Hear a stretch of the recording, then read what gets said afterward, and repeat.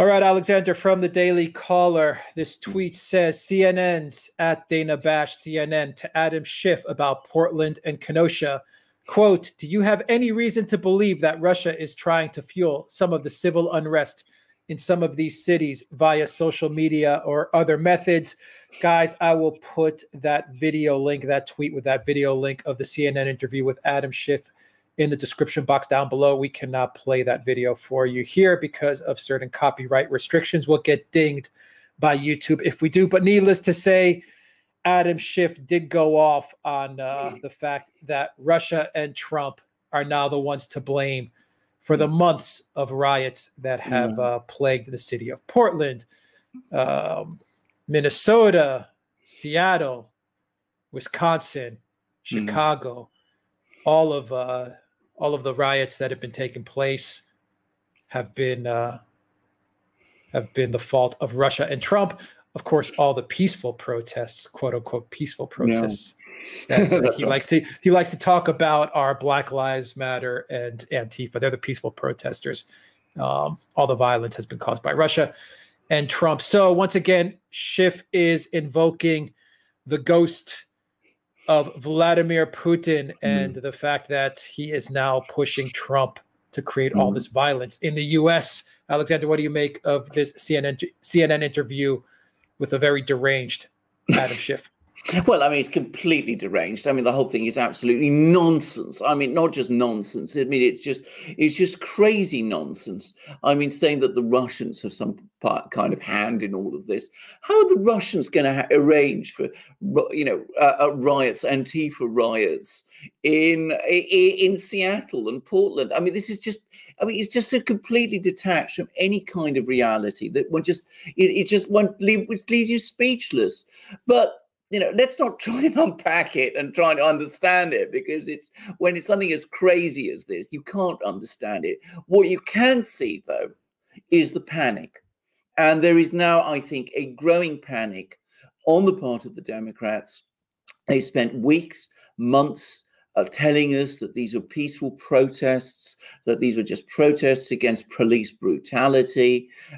Even, as American cities collapsed into violent crime as the police were withdrawn from, carrying out their work, and as rioting spread, and as, fires and looting expanded, and as courthouses were attacked and statues were toppled. This was all supposedly peaceful. Now suddenly it's dawned on them, the penny, as we say in England, has finally dropped, that in fact the American people are not fooled by this, that they understand that the violence is real, and that the result is a consolidation of American society behind Donald Trump, who is now, according to some estimates, probably ahead in the election. And this has created panic. And so you see a wave of panic. And what do? Well, if you're Adam Schiff, you only have one tune. He's the absolute person who has no other tunes to play. You talk about Russia because that's the only thing you know what to talk about. So it's Donald Trump is to blame. Vladimir Putin is to blame. The specter of Russia stalks the land. They're out to create all these fires, all this rioting, all these, vigilante groups. They control, presumably, the Antifa people. It seems bizarre to say it, but I mean, what other explanation can there be for this? They control all these vigilantes, these supposed vigilantes that are out there. They are behind it all. It's nothing to do with us. We are completely innocent. BLM, of course, is completely innocent. It must be Donald Trump, and it must be the Russians. Now, I mean, I cannot imagine that there is a single person, a single sentient human being in the United States now who's left believing that. I mean, those people who had Antifa, while they were sitting in restaurants and being heckled by Antifa, militants, criticizing them for white privilege and all that, their white privilege. Do they think it was Russia?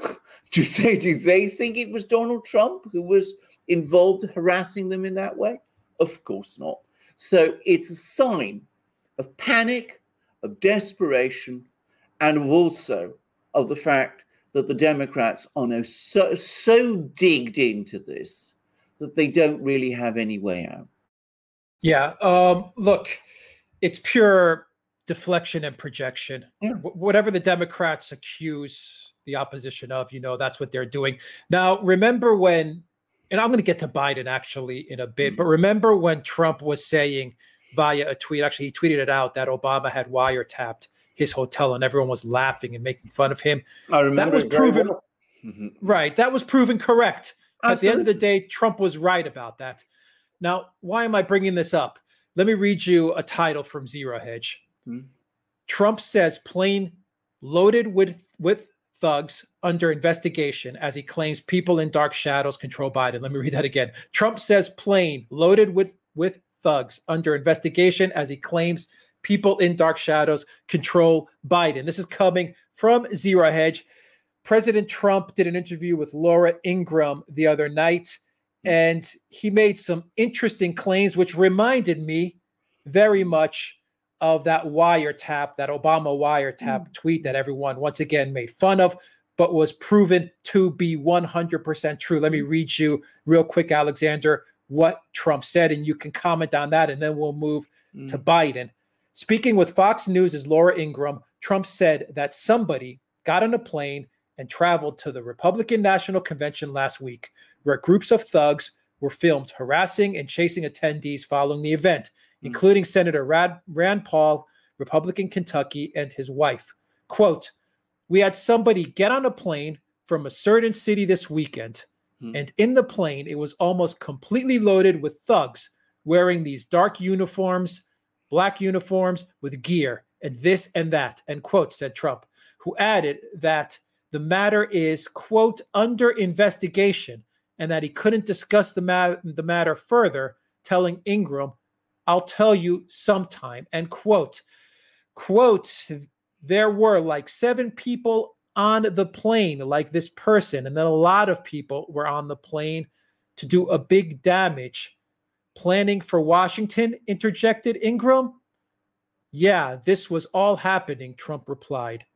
Leading into the exchange, Trump claimed that people in dark shadows, that's a quote, people in dark shadows control Joe Biden, and implied that they are responsible for the plane thugs. Now, I'm going to put a link to that interview as well in the description box.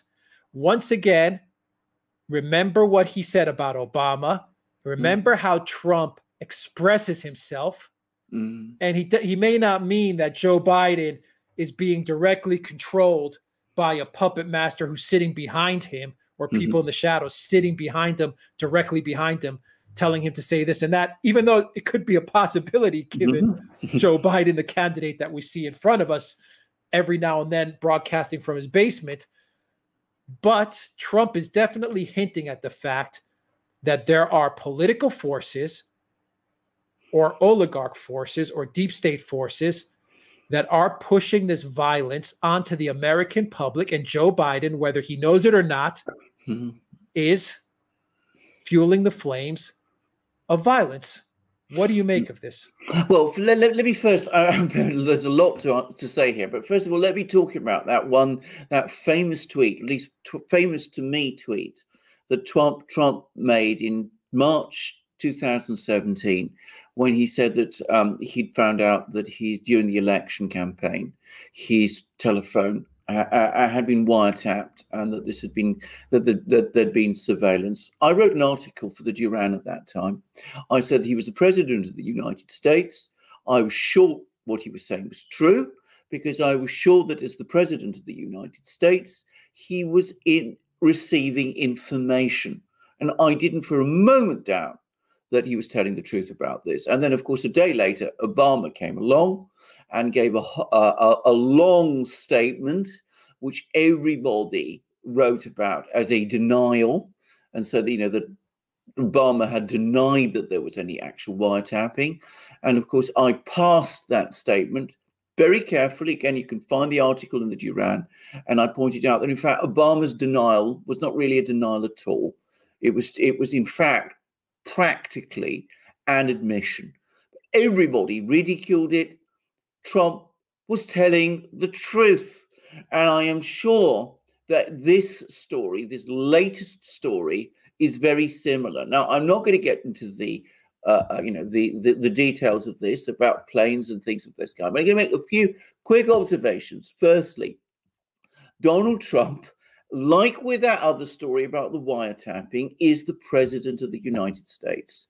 He gets information that we do, is not out there in general.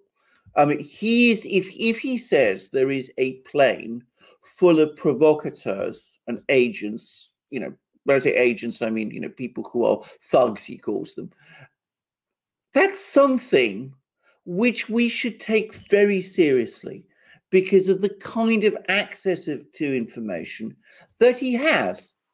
The second thing is, it's been obvious to me, and I've been saying this for a long time. In fact, we've been saying this many times on these programs, that these protests are both controlled and orchestrated to a very great extent.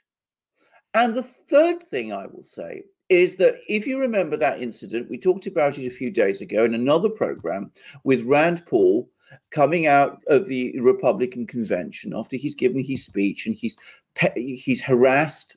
Harassment isn't actually almost too soft a word, aggressively harassed by a whole group of people.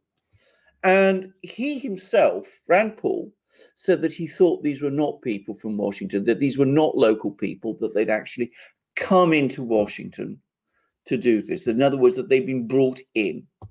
Well, that's just what Donald Trump has said. So there is some corroboration for this. I mean, I'm not saying it's conclusive, but one, it's the president of the United States who's saying it, so we should take it seriously. And secondly, a person, a very eminent person, a United States senator who was on the receiving end of harassment, before this statement of the president came out, the senator said that he thought that people were being brought into Washington and that this was how he was harassed. So I think all the facts point to the truth of this story. That's what I'm going to say. Now, who is responsible for this violence? Well, lots of people. I mean, there's a lot of this is straightforward criminal activity. I mean, whenever you get violent protests out, criminal elements latch onto them. They want to loot, they want to burn, they want to steal because they are criminals. So there's always that element. And remember, I mean, we've talked about incidents that have happened in various places. And sure enough, it's turned out in many instances that the people involved have had criminal records. So there's criminals. There's political militants as well. There are, the usual group of people, especially young people, who are completely indoctrinated and obsessed with these things. But when things is so organized and so visibly orchestrated, you cannot say, in fact, I will in fact go further. I'll turn a negative into a positive. You can definitely say that there is some degree of organization behind this and that there is some intention behind it too. This statue toppling, these violent incidents that have happened across the United States, somebody is willing them. Somebody is willing them. It's a political thing. It always is. It always is. And it's a political organization, and there is money behind it. Yeah. People don't simply turn up, and they got access to weapons and Molotov cocktails and bricks. I think there was even an incident that we talked about where all these people turned up and suddenly, all these bricks appeared. So, yeah, there is clearly some degree of organization. There is clearly some degree of money behind all of this. And this is happening in an election year. Donald Trump on the one hand, Joe Biden on the other. It's clearly directed at Donald Trump. So, objectively, it is being done in order to help Joe Biden. Now, Joe Biden, in this kind of situation, if he had two brain cells to rub together, ought to be repudiating all of this. He ought to be saying, I have absolutely nothing to do with any of this. I totally oppose it.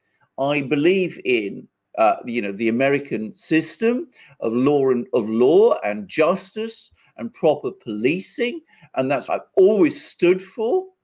But he's not saying it. So objectively, just as it is supporting him, he objectively supports it.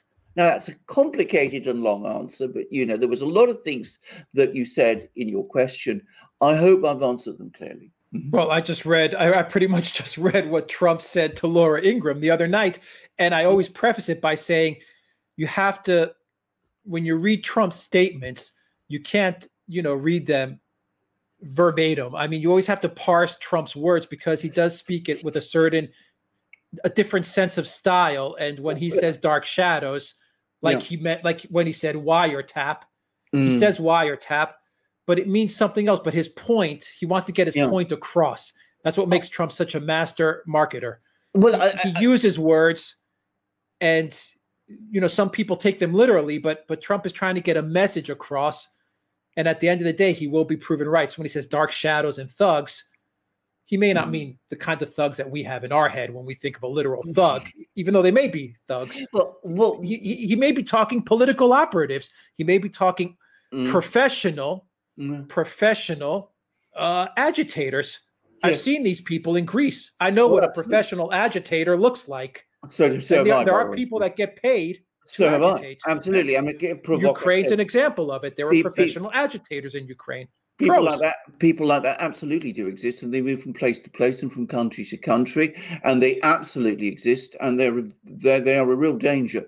Now, about Donald Trump, I don't think his speeches need very much parsing. I find them very easy to understand, and I think by using this language, by speaking about thugs instead of, say, provocateurs, which is what some people might use, he cuts through. He speaks in a language that people in bars and, at workplaces and when they're having their coffee breaks, they can understand and relate to. And I think it is a major reason for his appeal. He talks a language that people understand. It is not the language of the political class in Washington. I spoke before, just on this program earlier, when we talked about the surveillance, Trump's comments about surveillance, about how Obama came up with this incredibly intricate, legalistic response to what Trump said. That I had to pass. But when Trump speaks, actually, he talks very directly and very understandably for most people. And when he talks about a plane full of thugs and dark forces, they understand exactly what he means. And in relation to dark forces, who seriously supposes that Joe Biden is in charge either of the Democratic Party or indeed of anything? I don't. Of course he is, if not controlled, he is certainly being used, and at some level, he's being used willingly. He's willing to be used. Yeah. Oh, yeah. He's the perfect candidate for the oligarchs, the elitists, the deep state. He's the perfect candidate. Staying with Biden. Let's stay with Biden here and wrap up this video. Actually, now Biden actually got out of his basement. I think he went to I think it was North Carolina, if I'm not mistaken. Someone can correct me in the video if I'm wrong. He went to North Carolina. I'll say North Carolina, and he gave us a speech. We haven't seen him out of his basement in months. So he gave this speech. It was highly scripted, teleprompter in front of him. I mean, he read. You could see Biden focusing, just reading exactly what he was told to read. He still mucked it up. I mean, he still started to talk about just nonsense, babbly, googly goop. I mean, it's incredible. He can't even read from a teleprompter. But his script writers, they can't contain themselves in dropping hints as to what they're up to. And this is what I think was the most important part of Biden's scripted speech, which to me hints at everything. It hints at the whole plan. I mean, it's the complete tell. And let me go to Twitter and read that to you. The first tweet is from Mark Caputo, and he says, in excerpts of today's speech about bloodshed and demonstrations, Biden asks the 2020 equivalent of, are you better off today than 4 years ago, with this question? And this is a direct quote from the speech. Does anyone believe there will be less violence in America if Donald Trump is reelected? No. That's what Biden said during his speech. Let me read it again. Does anyone believe there will be less violence in America if Donald Trump is reelected? Now, Alexander, Biden also sent this tweet on August 31st. This is from Joe Biden's Twitter account. Once again, does anyone believe there will be less violence in America if Donald Trump is reelected? Question mark.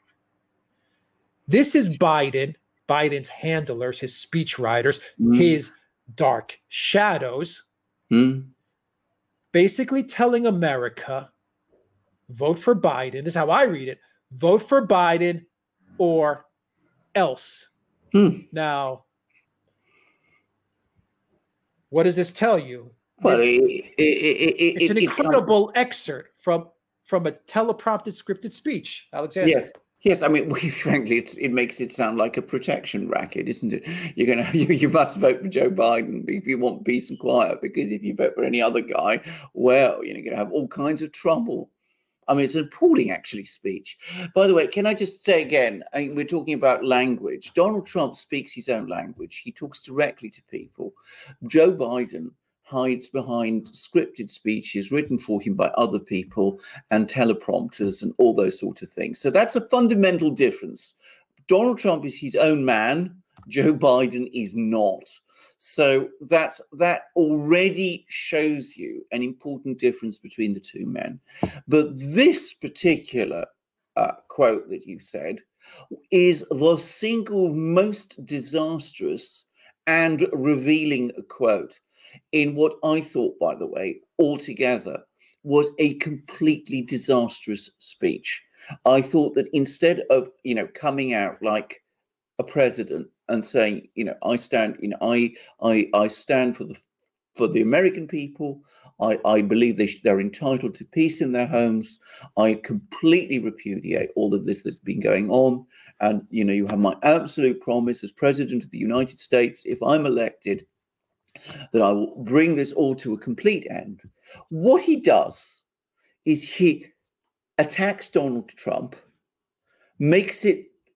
tries to make it sound as if Donald Trump is somehow the cause of all this violence, doesn't explain how Donald Trump is the cause of all this violence. And of course, everybody in the United States knows that Donald Trump has not caused this violence. I mean, he did not create Chaz in Seattle. He did not topple statues in Portland. He did not have people, he's in fact tried at every turn to try and calm things down, to send, people to Portland to protect court buildings and things of that kind. So, but Biden is trying to blame Trump for something which Trump did not cause, but when the people who Biden says he supports and who say they support Biden have caused. And at the same time, he throws in this extraordinary comment, vote for me or else. I mean, it's a protection racket. It's one of the most menacing things I've ever heard. I mean, I think many people will be profoundly shocked by it. And I think that when Donald Trump talks about the dark forces that are controlling Biden, well, here's Joe Biden. He's given credence to that already, because this is the language of, of Al Capone and Lucky Luciano and all those people. I mean, this is the kind of protection that Biden will give you. I mean, it's vote for me or else.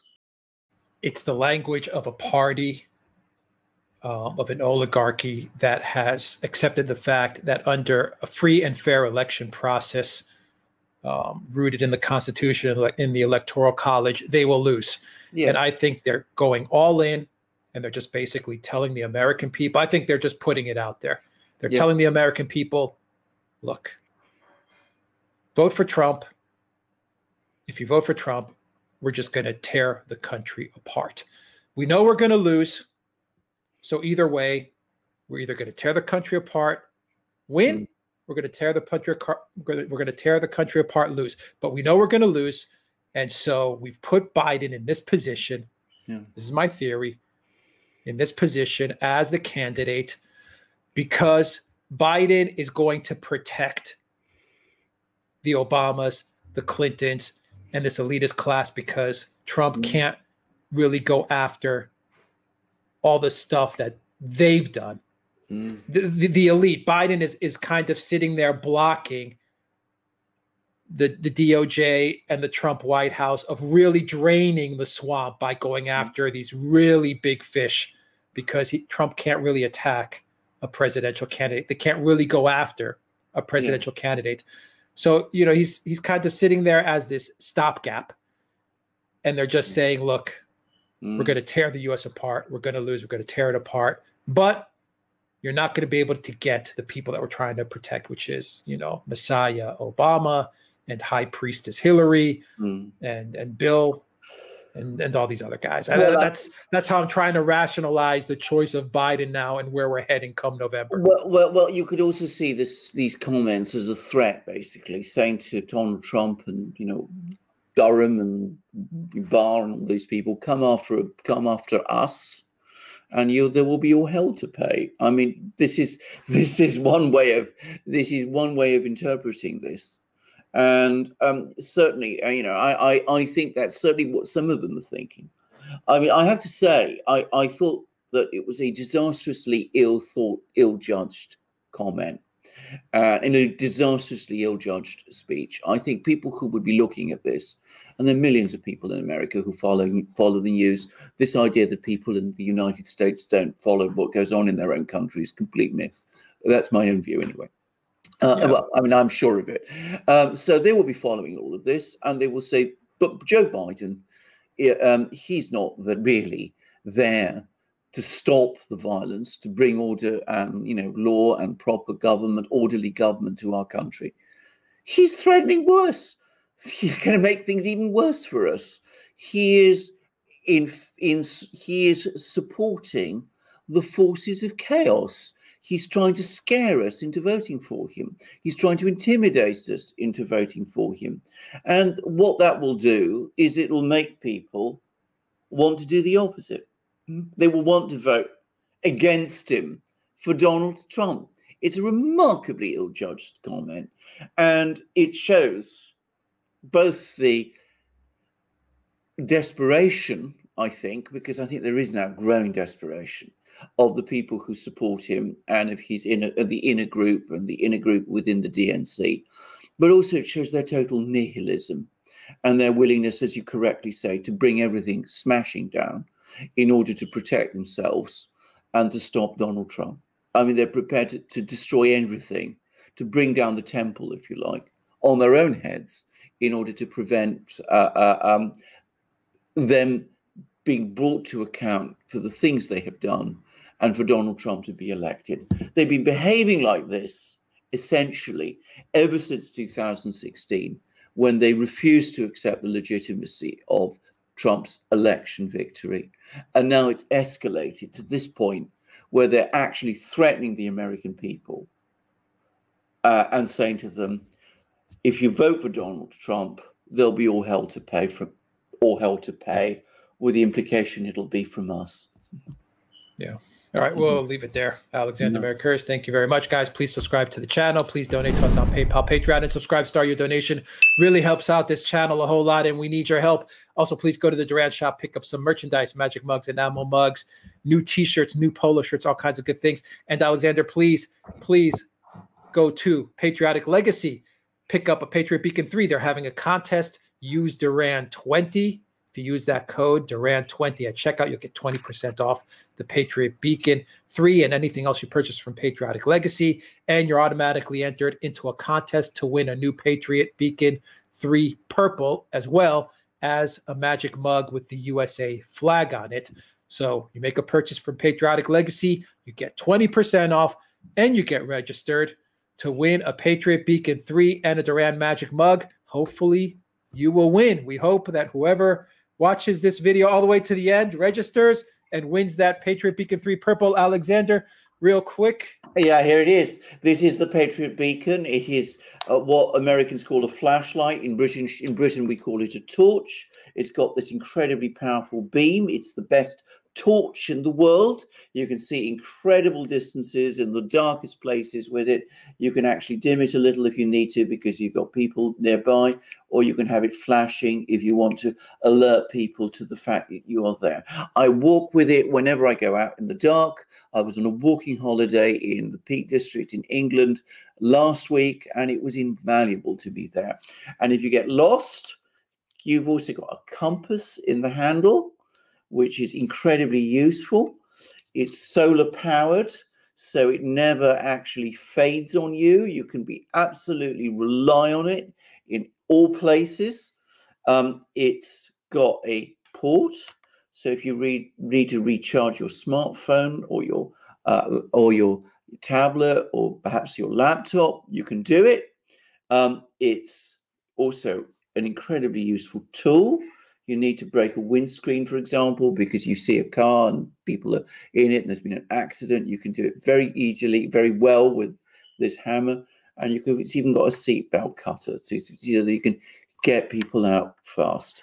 But what is really amazing about this flashlight, Patriot Beacon, is how well made it is. It is the most rugged, the strongest, the most beautiful, by the way. It's got this extraordinary, strong, purposeful look to it, which is really gives you this tremendous confidence when you have it and carry it. It's this amazing item made in the United States. It ships all over the world, so wherever you are, you can participate in this competition. This one is black. You can get it now in purple. It's the Swiss Army knife of flashlights, as Alex said. It's made by our friends, Patriotic Legacy, and it's the Patriot Beacon 3.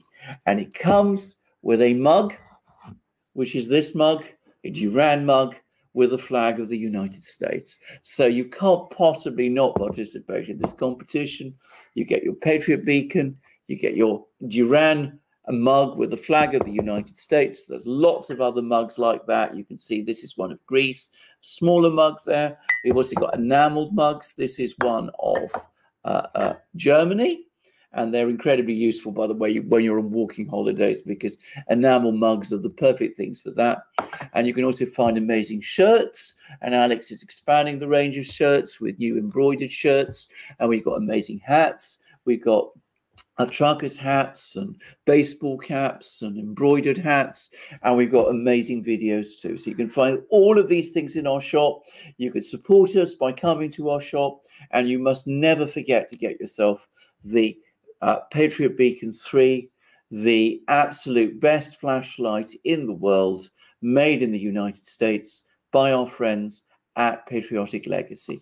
Alex will remind you how. You'll find the link to the Patriotic Legacy website in the description box down below. And you will also find the link to the Duran shop as well in the description box down below. Alexander Mercouris, thank you very much. Until next time, everybody, take care.